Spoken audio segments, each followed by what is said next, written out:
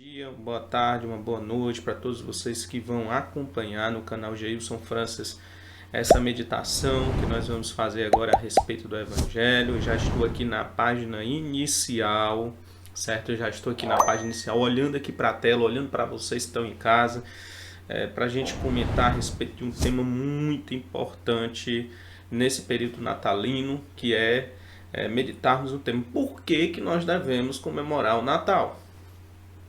E quando eu falo a respeito disso, quando eu quero comentar, eu comento a respeito disso, eu comento por quê? Porque existem muitas pessoas que dizem que nós não podemos comemorar o Natal porque Jesus Cristo não nasceu no dia 25, ou porque é uma festa pagã, porque antigamente se comemorava o dia do Deus Sol, né, lá na Roma Antiga, e aí só fizeram substituir, tiraram quando Roma foi cristianizada, né, tiraram esse dia para comemorar o Deus Sol e colocaram Jesus nesse dia, mas isso não significa dizer que Jesus realmente nasceu nesse dia. Isso aí eu concordo plenamente. Nós não temos a certeza concreta, correta a respeito do dia exato do nascimento de Jesus. Nem os historiadores realmente têm, né? Alguns dizem que foi em março, outros em setembro, outros dizem outras coisas, né? Então não temos um dia exato para podermos comemorar o nascimento de Jesus. Mas não é pelo fato de nós não termos um dia exato, ou esse dia 25 ter sido um dia para poder comemorar um Deus pagão, que nós devemos deixar de comemorar o nascimento de Jesus. Precisamos comemorar, precisamos realmente tirar um dia para poder falar a respeito do nascimento, para poder rememorar, para poder lembrar de Jesus Cristo, do seu sacrifício, da sua morte, da ressurreição. Então, foi exatamente pensando nisso que eu pensei também nesse texto, pensei em elaborar essa pequena palavra, né, essa pequena mensagem, para refletirmos um pouquinho a respeito do porquê que devemos comemorar o nascimento de Jesus, tá? Então vamos lá, vamos começar. Por que devemos comemorar o nascimento de Jesus?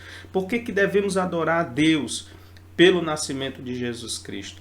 Então, não é simplesmente pelo nascimento, simplesmente, né? Não, é porque Jesus nasceu, então vamos comemorar, porque os magos comemoraram, porque os anjos comemoraram. Mas existe algo muito maior, muito mais superior para entendermos por que devemos comemorar o nascimento de Jesus, tá? Então eu vou aqui enumerar aqui pelo menos 3 situações do porquê. Aí você também, se você abrir a Bíblia e for estudar a Bíblia, você pode enumerar, colocar outros tópicos, né, para poder falar a respeito do nascimento de Jesus Cristo. Mas eu coloquei 3 aqui que eu quero compartilhar com todos vocês para a glória do nome do Senhor. Em primeiro lugar, está aqui na sua tela aí, você pode ver. Por que devemos comemorar o nascimento de Jesus? Em primeiro lugar, porque ele é o evangelho prometido por Deus desde o Antigo Testamento. Então, por que devemos comemorar o nascimento de Jesus? Porque ele é o evangelho prometido por Jesus desde o Antigo Testamento, tá? Em Lucas capítulo 2, versículo 10 e 11 diz: "E o anjo lhe disse: não temais, porque aqui vos trago novas de muita alegria." Isso o anjo falando, né, para as pessoas, que será para todo o povo, pois na cidade de Davi, em Belém, vos nasceu hoje o Salvador, que é Cristo Senhor. Vos nasceu o Salvador. Então, por que devemos comemorar o nascimento de Jesus, né? Podemos dizer, porque ele é o Salvador. Salvador de quê, Jesus? Salvador do pecado do povo. Ele é o Salvador e você vai entender isso aqui bem direitinho, né? Porque a palavra evangelho significa boas novas. E eu sou pregador das boas novas, tá? Tem uma coisa que eu coloquei no meu coração, é que eu quero pregar boas novas, tá? Para a vida das pessoas. E quando a gente prega boas novas, é uma boas novas de esperança, de alegria. Não é boas novas de condenação e de julgamento, né? Como muitas pessoas querem fazer com as boas novas. Para mim isso não é boas novas. Boas novas é boas novas de esperança e de e de alegria, tá? De esperança e de alegria. Isso é boas novas. E em Gênesis capítulo de número 3, versículo 15, a palavra do Senhor diz assim, ó: "E eu porei inimizade entre ti e a mulher, entre a tua semente e a sua semente. Esta te ferirá a cabeça, e tu lhe ferirás o calcanhar. Então, na teologia, nós conhecemos essa passagem bíblica de Gênesis capítulo 3, versículo 15, como o proto-evangelho, ou o primeiro evangelho. A inimizade entre o descendente de Deus e o descendente do diabo iria perdurar por todo o Antigo Testamento, até terminar com Jesus, que ia desferir o golpe final, que seria o golpe na cabeça, e ele também receberia o golpe, né, no seu calcanhar. Porém, Jesus iria desferir o golpe final. Tá? Em Deuteronômio capítulo 18, versículo 18 e 19, a palavra do Senhor diz: suscitar-lhe-ei um profeta no meio dos seus irmãos, semelhante a ti, em cuja boca porei as minhas palavras, e ele lhes fará tudo o que eu lhes ordenar. De todo aquele que não ouvir as minhas palavras que ele falar em meu nome, disso lhe pedirei conta. Tá? Isaías capítulo 9, versículos 6, aqui para que você possa ver, ó, versículo 6 ao versículo de número 7 diz: porque um menino nos nasceu e um filho se nos deu, e o governo está sobre os seus ombros, e o seu nome será maravilhoso, conselheiro, Deus forte, Pai da eternidade, príncipe da paz, para que se aumente o seu governo e venha a paz sem fim sobre o trono de Davi e sobre o seu reino, para estabelecer e o firmar mediante o juízo e a justiça, desde agora e para sempre. O zelo do Senhor dos Exércitos fará isso. Então, um filho nos nasceu, gente. Desde o Antigo Testamento, né, já vinha promessas. Nós temos aí, eu citei duas passagens bíblicas, mas tem aí os profetas, né, profetizando. Né? Se você pegar o livro de Mateus no início, você vai entender isso. Né? Lucas, que vai falar ali sobre Jesus, né, e as promessas que foram cumpridas, né, promessas essas que se referiam a Jesus Cristo nos profetas e foram se cumprindo. Então, todo o Antigo Testamento ele fala a respeito do nascimento de um cordeiro pascal. O próprio sacrifício, né, vinha exatamente falando a respeito desse sacrifício que iria ser efetuado no Novo Testamento, né, com a abertura do Novo Testamento, seria a afirmação da nova aliança.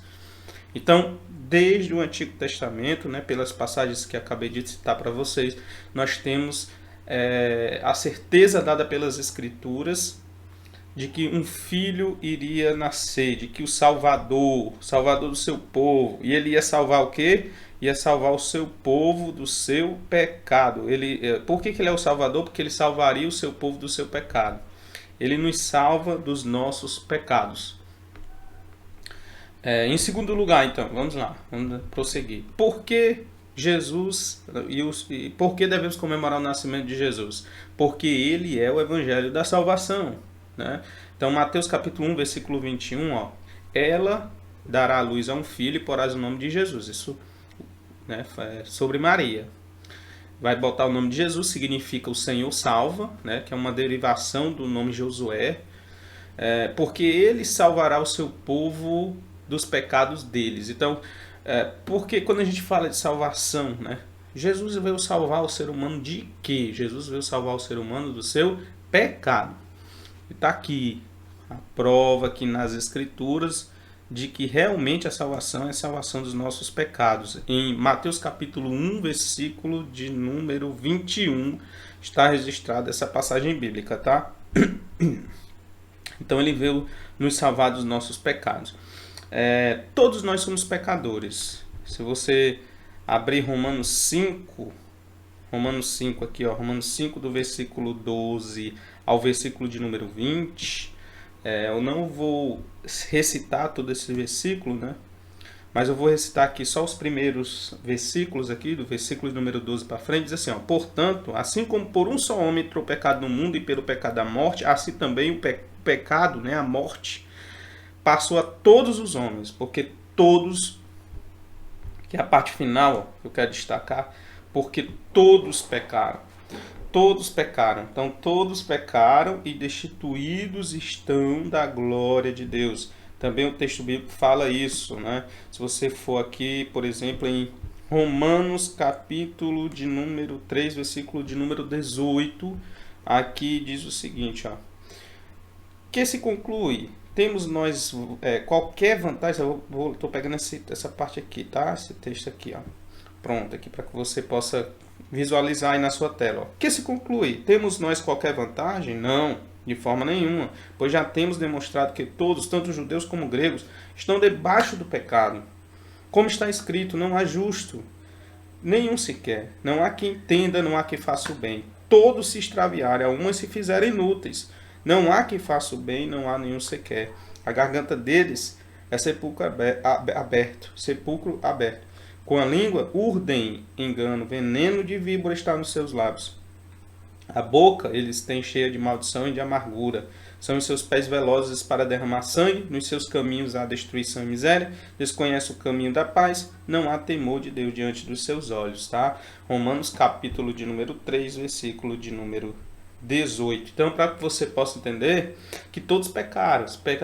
Jesus veio salvar o seu povo, salvar a humanidade do seu pecado. Porque todos pecaram. Não tem ninguém que faça o bem, gente. Não existia ninguém que fizesse o bem. O próprio João Batista esperava Jesus Cristo.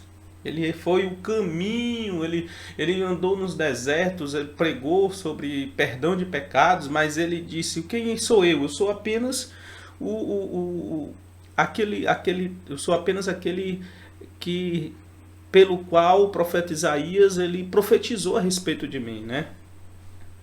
Eu sou aquele que iria trilhar, iria aplanar o caminho do Salvador. Então até mesmo o João Batista, ele esperava o Salvador, ele preparou o caminho para o Salvador, porque todos nós, inclusive João Batista, inclusive todos nós, tanto no Antigo como no Novo Testamento, nós precisávamos de um Salvador, porque todos pecaram e destituídos nós estávamos da glória de Deus. Nós estávamos sobre o pecado, debaixo do pecado, tá? Tanto judeus, quando fala judeus aqui, nós falamos da antiga aliança, da lei, né? A lei servia apenas como para escravizar, para mostrar o pecado, era o aio, né, que nos leva a Cristo. A lei é isso, gente. Não temos mais que pegar a lei para poder cumprir. Ontem nós estávamos num debate que para mim era um debate inútil. A gente debatendo-se a respeito da lei de Moisés, como se a lei de Moisés ela fosse algo que a gente precisa continuar praticando. E quando a gente vai às Escrituras Sagradas, em Atos dos Apóstolos capítulo 15, eu peço que você leia aí na sua casa, se você tiver uma Bíblia, leia Atos 15. Leia todo Atos 15, veja que lá o debate é a respeito disso, se a pessoa poderia guardar ou se deveria guardar, os gentios deveriam guardar a lei de Moisés, e chegaram à conclusão de que não. Ele é o primeiro concílio que nós temos na Bíblia, o concílio de Jerusalém, gente. Nós temos também em Gálatas capítulo 2, leia todo Gálatas capítulo 2, você vai ver que nós somos justificados pela fé e não por obras da lei, lembre-se, tá? Porque aqui eu quero fazer e falar para você que existe uma distinção entre obras da lei e boas obras. Boas obras é o tema de Tiago, quando ele diz que a fé sem obras é morta. Ele não está falando de obras da lei, ele está falando de boas obras. Porque aquele que tem fé, ele tem boas obras. Abraão ele foi justificado pela sua fé, assim como Raabe, a prostituta.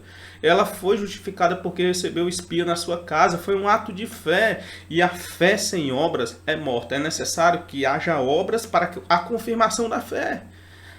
Podemos dizer que as boas obras é a concretização da fé. A fé é algo abstrato até o momento em que eu pratico boas obras e demonstro a minha fé. Então temos que colocar na cabeça isso, para todos vocês aí que acham que devemos praticar a lei, que a lei ela não foi, mas a lei não foi abolida. Claro que a lei não foi abolida. A lei foi cumprida, porque deveria haver o cumprimento da lei. Mas agora eu não preciso mais cumprir a lei. Geilson França, eu não preciso cumprir a lei. Eu não preciso me circuncidar aos 8 anos de idade. 12 anos, 8 anos ser apresentado no templo, depois ser circuncidado. Eu não preciso mais disso. Eu não preciso sacrificar cordeiros para poder receber a justificação dos meus pecados. Então a lei ela foi deixada para trás, a antiga aliança. Coloque isso no seu coração e aceite. Tá? Então todos pecaram. E o salário do pecado é a morte, segundo Romanos capítulo 6, versículo 23, porque o salário do pecado é a morte, mas o dom gratuito de Deus é a vida eterna. Tá? O salário do pecado, se todos pecarem e destituídos estão da glória de Deus, o salário do pecado então é a morte. Porém, nós estávamos mortos, sim, em nossos delitos e pecados, mas Jesus nos deu vida. Por que nós devemos comemorar o nascimento de Jesus? Porque Jesus nos deu vida. Jesus nos deu salvação. Vou ler aqui para você esse texto aqui, tá? Vou colocar aqui, ó, para que você possa ver. Está em, deixa eu só levantar a mão um pouquinho para mostrar para você que está em Efésios, capítulo 2, do versículo 1 ao 10. E diz assim o seguinte, ó. Vou começar a ler a partir daqui, tá? Ó, ele nos deu vida, estando vós mortos nas vossas ofensas e pecados, nos quais andastes outrora, segundo o curso deste mundo, segundo o príncipe da potestade do ar, do espírito que agora atua nos filhos da desobediência, entre os quais também todos nós andamos outrora. Então nós fizemos a mesma coisa. Aqueles que estão em Cristo. Claro que essa carta aqui de Efésios foi enviada para a igreja, não foi enviada para pecador. Então ele está falando de pecadores que foram salvos. E ele está dizendo, olha, antes nós andávamos no pecado, mas agora não. A gente andou outrora, segundo as nossas inclinações, a inclinação da nossa carne, fazendo a vontade da carne e dos pensamentos, e éramos por natureza filhos da ira como também os demais. Então, pelo fato de andarmos segundo as nossas inclinações, segundo os nossos pecados, nós se fizemos filhos da ira. Mas Deus, olha aí, como a mudança, né? Uma mudança totalmente. Nós temos aí uma conjunção adversativa, mas... Preste bastante atenção aqui nessa conjunção adversativa, mas, tá? Que diz... Mas Deus, sendo rico em misericórdia, por causa do grande amor com que nos amou, e estando nós mortos em ofensas, em delitos, Ele nos deu vida juntamente com Cristo. Pela graça sois salvos. E isso não vem de vós, né? Isso, pela graça sois salvos juntamente com Ele. E nos ressuscitou. E nos fez assentar em lugares celestiais em Cristo Jesus para mostrar nos séculos vindouros a suprema riqueza da sua graça. Olha aqui, ó. A suprema riqueza da sua graça. Essa parte final aqui que eu estou destacando para que vocês vejam aí. Suprema riqueza da sua graça, em bondade para conosco, em Cristo Jesus. Porque pela graça sois salvos, mediante a fé. E isto não vem de vós, é dom de Deus. Não de obras, para que ninguém se glorie, pois somos feituras dele, criados em Jesus Cristo, em Cristo Jesus, para as boas obras.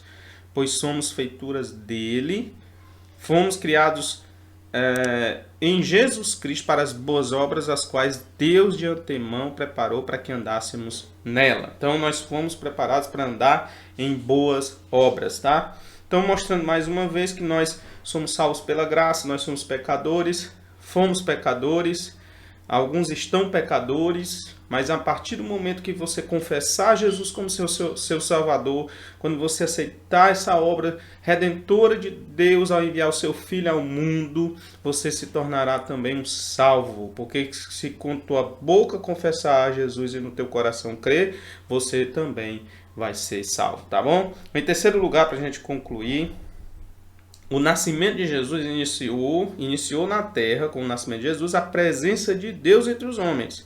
Assim como o tabernáculo e os utensílios tipificavam Deus no meio do povo de Israel.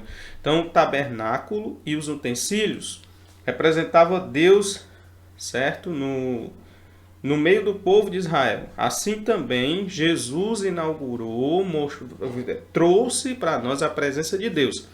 Como diz aqui Mateus, capítulo de número 1, versículo de número 23, assim, ó, eis que a virgem conceberá e dará à luz a um filho, e ele será chamado o nome de Emanuel, que quer dizer Deus conosco, ó. Deus conosco, Deus está agora conosco, a presença de Deus está conosco a partir de Jesus Cristo. O seu nome será chamado Emanuel, que quer dizer Deus conosco, tá? Então, gente, o tabernáculo representava a presença de Deus, né? A glória, se você perceber aqui, ó, aqui, ó, Números, capítulo de número 9, versículo 15 ao versículo de número 23, eu vou ler tudo não, tá? Só essa passagem aqui, né? Dei um pulinho, eu tenho uma passagem anterior, mas eu vou começar a partir daqui, que é para a gente poder dar uma adiantada. Diz assim, ó: então a nuvem cobriu a tenda da congregação e a glória do Senhor encheu o tabernáculo. Olha aí, o tabernáculo representando a presença de Deus. Moisés não podia entrar na tenda da congregação, porque a nuvem permanecia sobre ele e a glória do Senhor enchia o tabernáculo. Quando a nuvem se levantava sobre o tabernáculo, os filhos de Israel caminhavam avante em todas as suas jornadas. Se a nuvem, porém, não se levantasse, não caminhavam até o dia em que ela se levantasse, né? De dia, a nuvem do Senhor repousava sobre o tabernáculo, e de noite havia fogo nela, e à vista de toda a casa de Israel em todas as suas jornadas. Aqui a parte final, tá? Então, o tabernáculo representa, assim também como os utensílios da casa de Deus representava a presença de Deus, tá? Porém, esse tabernáculo, como diz aqui, ó, esse tabernáculo, ele era somente a sombra da obra de Cristo, certo? Esse tabernáculo do Antigo Testamento é apenas uma sombra. Você pode perceber aqui, esse texto aqui muito maravilhoso, para a gente concluir, de Hebreus capítulo de número 9, do versículo 1 ao 14, para que você possa entender isso, tá? Para que você possa entender isso. Nós vamos ler aqui, ó, diz assim, ó: ora, para a gente concluir, tá bom? Ora, a primeira aliança também tinha preceitos de serviço sagrado e o seu santuário terrestre, tá? A partir daqui. Com efeito, foi preparado o tabernáculo, cuja parte anterior, onde estava o candeeiro, a mesa, a exposição dos pães, se chama Santo Lugar. Por trás do segundo véu se encontrava o tabernáculo que se chama Santo dos Santos, ao qual pertencia um altar de ouro para o incenso e a arca da aliança totalmente coberta de ouro, na qual estava também urna de ouro contendo maná, o bordão de Arão que floresceu, as tábuas da aliança, tá? Então, o que é que tinha aqui no altar? O altar de ouro, o incenso, né? A arca da aliança também, na qual estavam na urna o ouro contendo maná, né? A urna de ouro tinha um maná, o bordão de Arão que floresceu e as tábuas da aliança. Então nós tínhamos maná, bordão da aliança dentro da arca, né? Dentro da arca havia o maná, o bordão de Arão que floresceu e as tábuas da aliança, tá? E sobre ele, tô aqui, ó. E sobre ele os querubins de glória que com a sua sombra cobriam o propiciatório dessas coisas, todavia não falaremos agora pormenorizadamente.